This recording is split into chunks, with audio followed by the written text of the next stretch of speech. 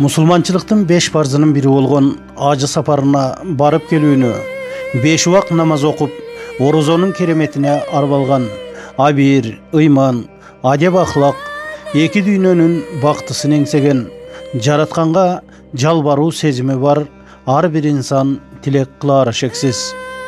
Ал эми Аллахтын үйү болгон ыйык жайда болуп келгендерде өз эркинен сырткары кайра баруу сагынычы сезимге тынчтык бербесин, ошол тагдырга туш болгондору гана сезбесе, динден көп кабары жокторго тек гана экиленүүдөй туюлушу мүмкүн. Менин өзүмдө да дал ошондой сезимдердин жетелөөсү болгондугу үчүн 10 жылдан соң кайрадан Ибраим пайгамбардын тушунан бери эле көкүрөгүндө акыл эстен жогору турган улуу чындык издегендердин зыярат ордосуна айланган арабтардын мекени болгон, а бирок адамзаттын ыйман түнөгүнө таканчык боло турган ажылык ибадаттарды аткаруу үчүн замандаштардын бири болуп сапарга чыктым.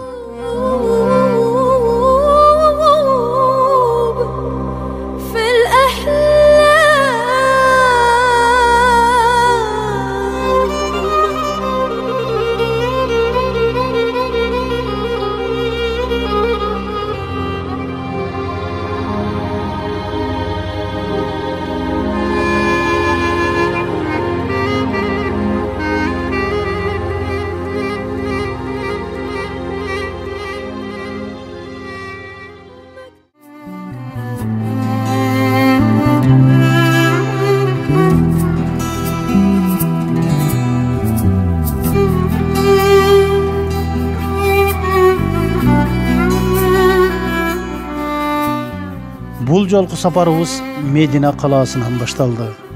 Рас, Медина калаасы мемреген тынчтыгы, адамдарынын алпейим карапайымдыгы, адеп ахлактын бузулбай сакталып келе жаткандыгы менен араб өлкөсүнүн башка чөлкөмдөрүнөн айырмаланган кала.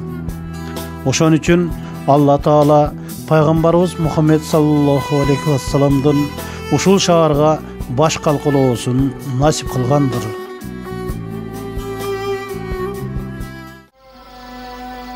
Эмне, деги бир кушка бар барбы?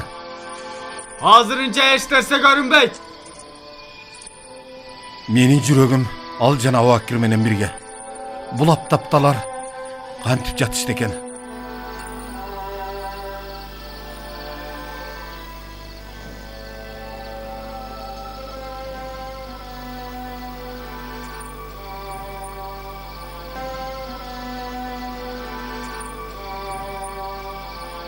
Tigine al. Allah'tın elçisi. Allah'tın elçisi. Allah uluk. Allah uluk.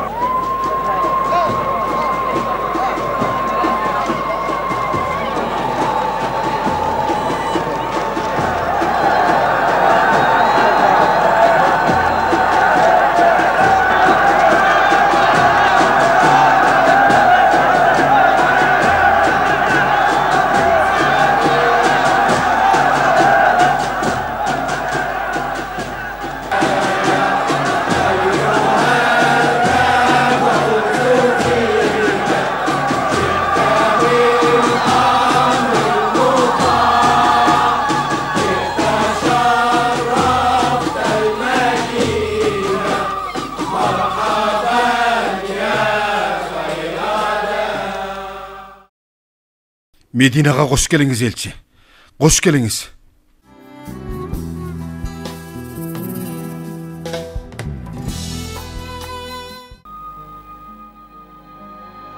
Ошон үчүн ансарлар арып азып, өз жерине батпай куулуп келген мухажирлерди өз эрктеринен сырткары кучак чайып тосуп алышкандыр.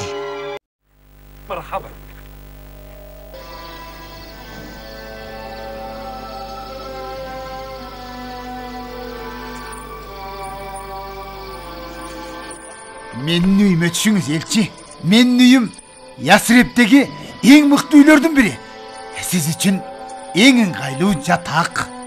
Менің үйіме. Менің үйіме Аллахтың елшісі. Менің үйіме Аллахтың елшісі. Менің үйіме. Ясрептен тұрғындары, ансарлар, пайғамбар бириңерден өзгөчөлөгүсү келбейт.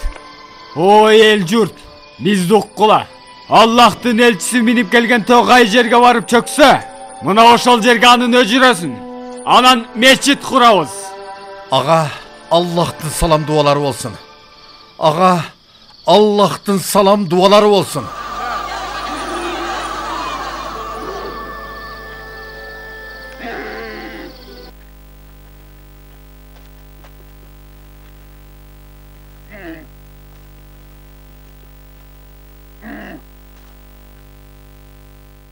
Бұл ақыл қалчаған ой, төнін тандосын еч кім талаш албайды.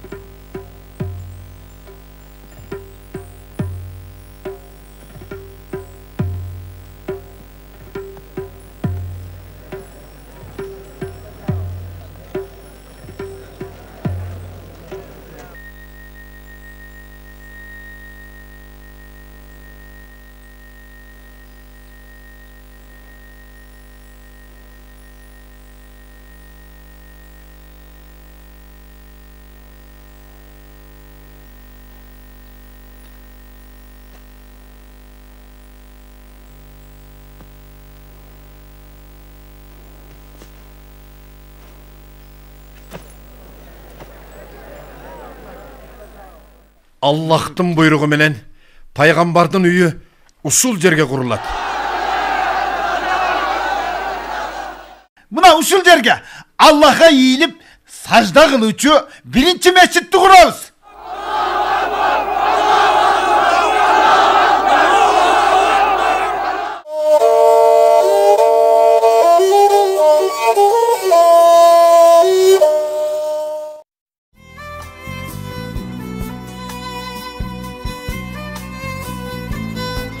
Медина қаласын еңсеген зияратчылардың ар бірінің көңілінде пайғамбарыбыздың қадам іздері қалған жерлерді қыдыру, намаз берекесі жауап тұрған тирүүчүлүктөгү зияпаттуу күндөр өткөн. Дүйнөгө аттанган, рухтан ажыраган денеси коюлган, мүрзөсү туташып кеткен Харам мечитинде көбүрөөк намаз окуу вазифасы уюп турат. Биз да миллиондогон адамдардын катарында пайгамбарыбыз Мединага келгенде алгачкы рет намаз окуган Куба мечитинде намаз окуп тилегибизди тиледик.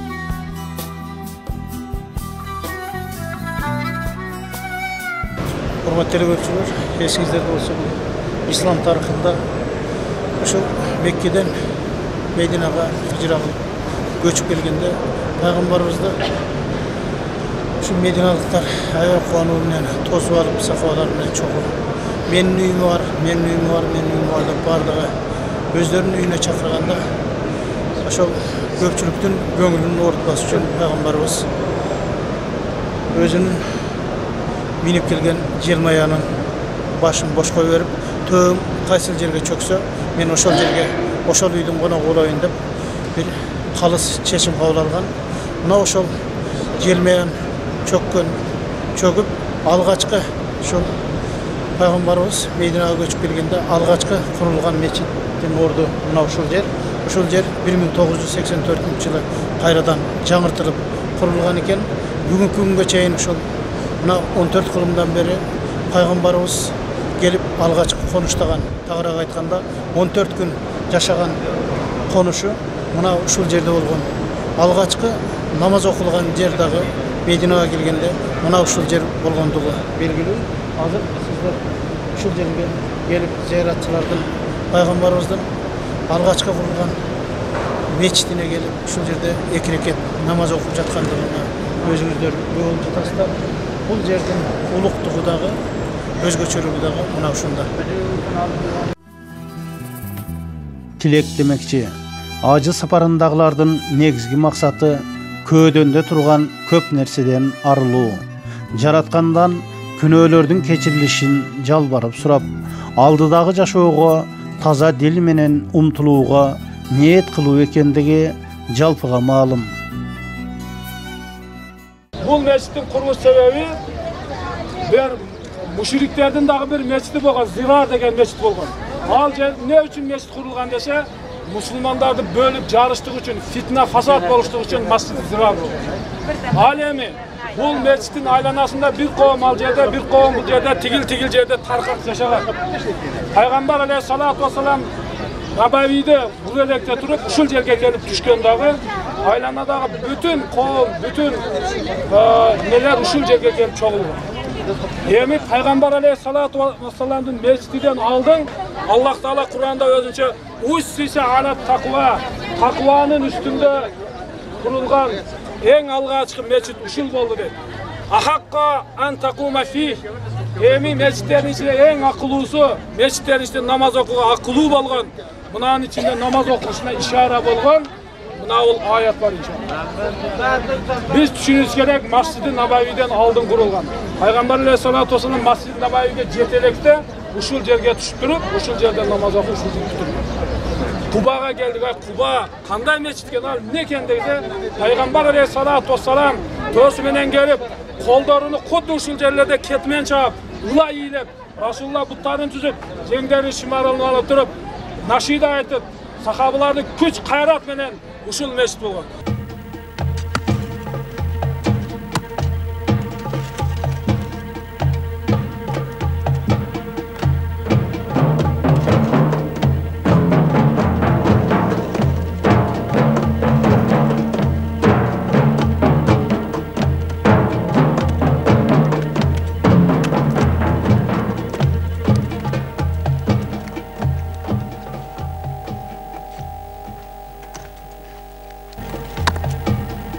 Аллахтын элчиси желкесине таш көтөрүп алыптыр. Ага эмне? Бул жакка көчүп келе жатканда көргөн азабы аздык кылып жатат бекен.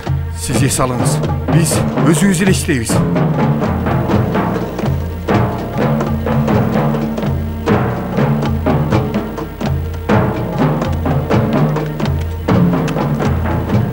Ал баары бир иштен кол үзбөйт.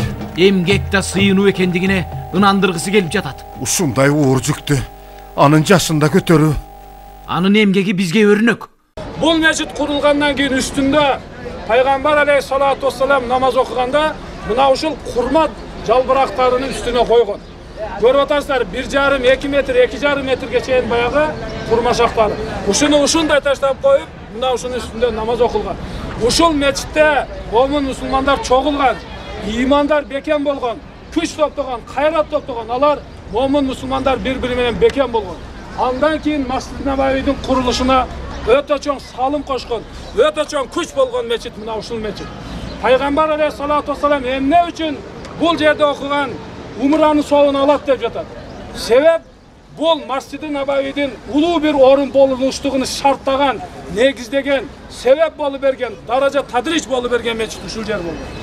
Бул жер иншалла, бул жерде 2 ракат намаз окуштук менен biz inşallah Allah nasip olsa umra kılgandı soğuğunu alıp. Allah'tın aldında ata balaga, bir tuğanga, balası atenesine жооп бере албай турган учурда аманат жанга калканч болчу улуу чындыктан эч ким аттап өтө албастыгы белгилүү.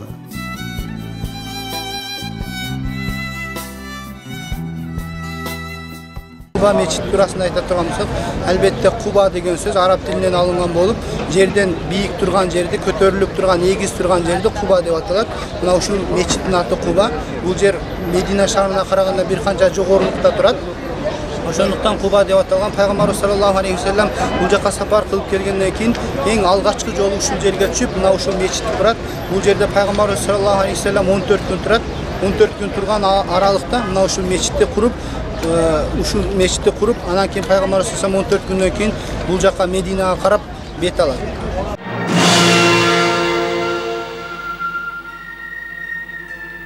Билал, сен элди чакырасың.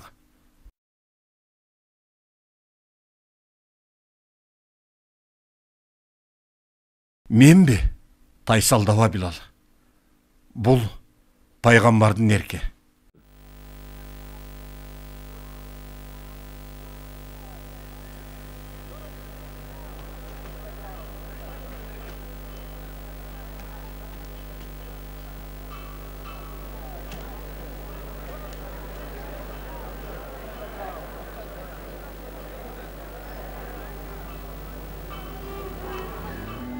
Allah uluk. Allah uluk. Allah uluk. Allah uluk. Allah'tan başka Құдай жоқ екендігіне күбөлүк берем. Allah'tan başka Құдай жоқ екендігіне күбөлүк берем. Мұхаммед анын елшісі екендігіне күбөлүк берем. Мұхаммед анын елшісі екендігіне күбөлүк берем. Намазға шашылғыла. Намазға шашылғыла. Құтылуға шашылғыла. Құтылуға шашылғыла. Allah uluk. Allah uluk. Allah'tan başka Құдай жоқ.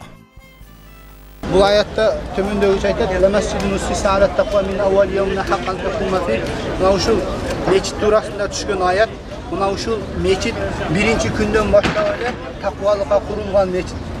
Хаққан тақума фи, ушул мечитте турганын жакшыраак мунафыктардын мечитине тургандан көрө деп Аллах субханаху ва таала ушул аятты түшүрдү. Түйүндө качан жазылган деп турат? Мына ол 1986 жыл. Bizim жылға да 1986 жыл 10 ай 29 число. Мына ушул мечитти кайрадан жаңыдан куруп бүткөн убактысы 1986 жыл ушул абалда кайрадан жаңылап курган экен. Ушул мечитти ушул абалга келтирген.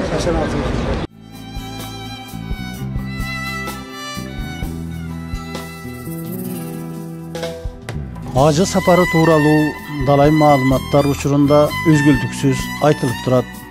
Мен өз сапарымда тарыхка ык койгон адис катары Медина менен Меккенин айланасындагы тарыхый жайларга серп салууну, ошол жерлерден алынган маалыматтарды сиздерге жеткирүүнү туура көрдүм. Береги сиздер кадрдан көрүп жаткан Кыблай Тайин, кыргызча айтканда эки кыблалуу мечит аталган тарыхый жай.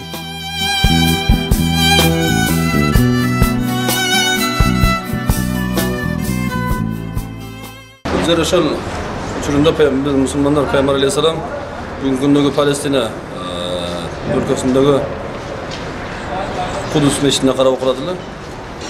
Пайгамбар алейхиссалам бүгүнкү ушул Меккедеги биздин кулубузга карап окушта дайым эңсеп жүрөт эле.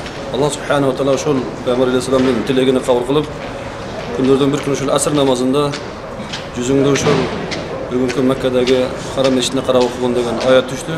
Ошол күндөн баштап мусулмандардын куласы биздин Мекка шаарындагы Байтул Харам болуп калды.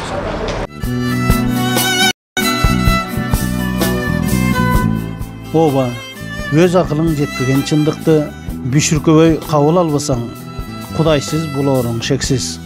Эки кыблалуу мечиттин да жаратуучу тарабынан катылган улуу сыры бар.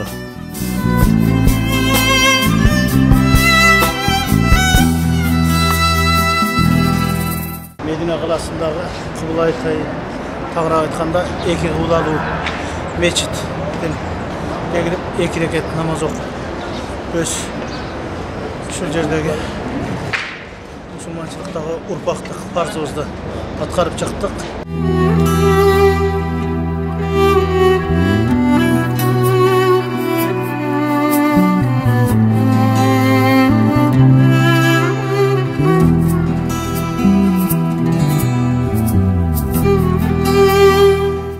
Медина калаасы бал татыган мөмөсү бар, курма дарактары менен да тарых бүктөмүндө өз орду бар.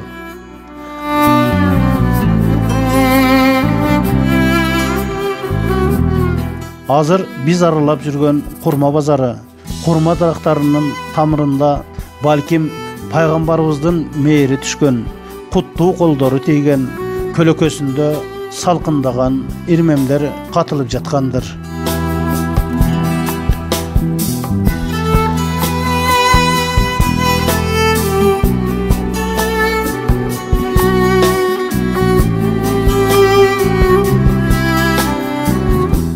Урматтуу көрүүчүлөр, мына азыр мен ошо Курма дарагынын жанында турам. Мына биздин жогору жагыбызда Ухуд тоосу турат.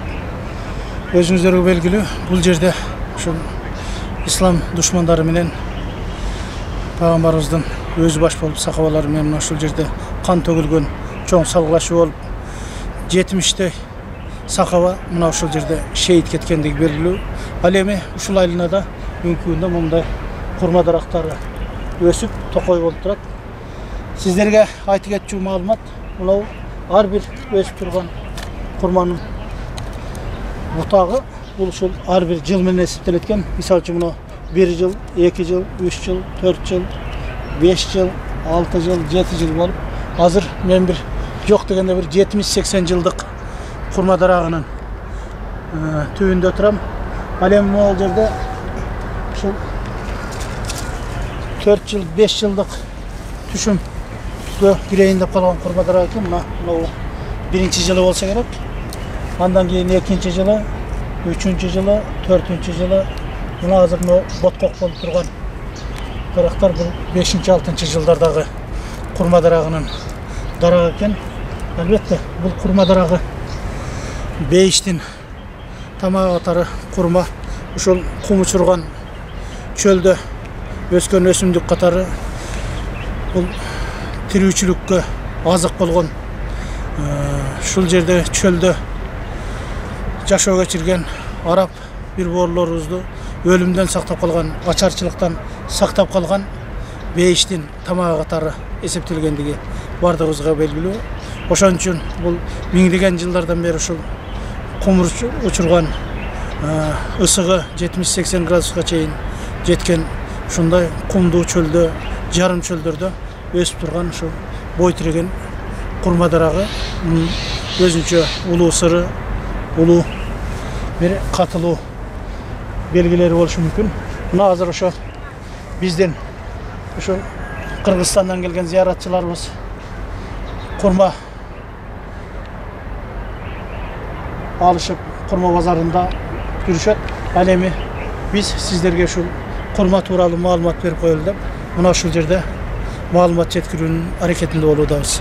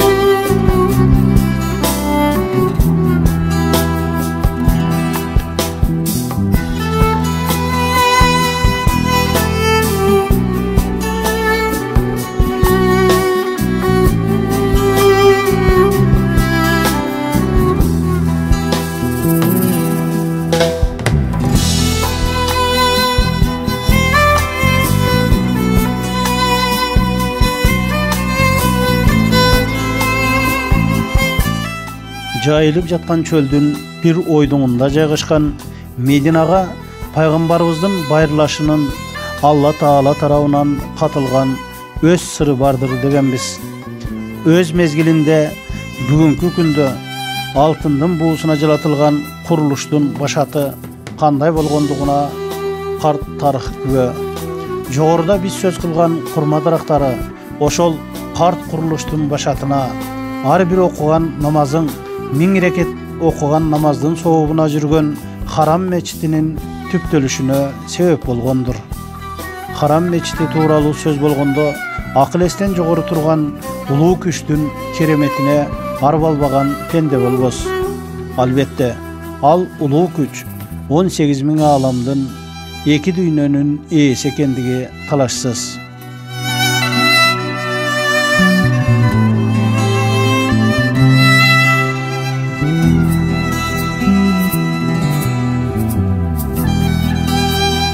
Biz bugünkü malumatımızды uşul жерden toktotup sapar irmemlerine çekit koysok. Jaşoo jakşylygyndan jambasa, aytylçy sözler aldyda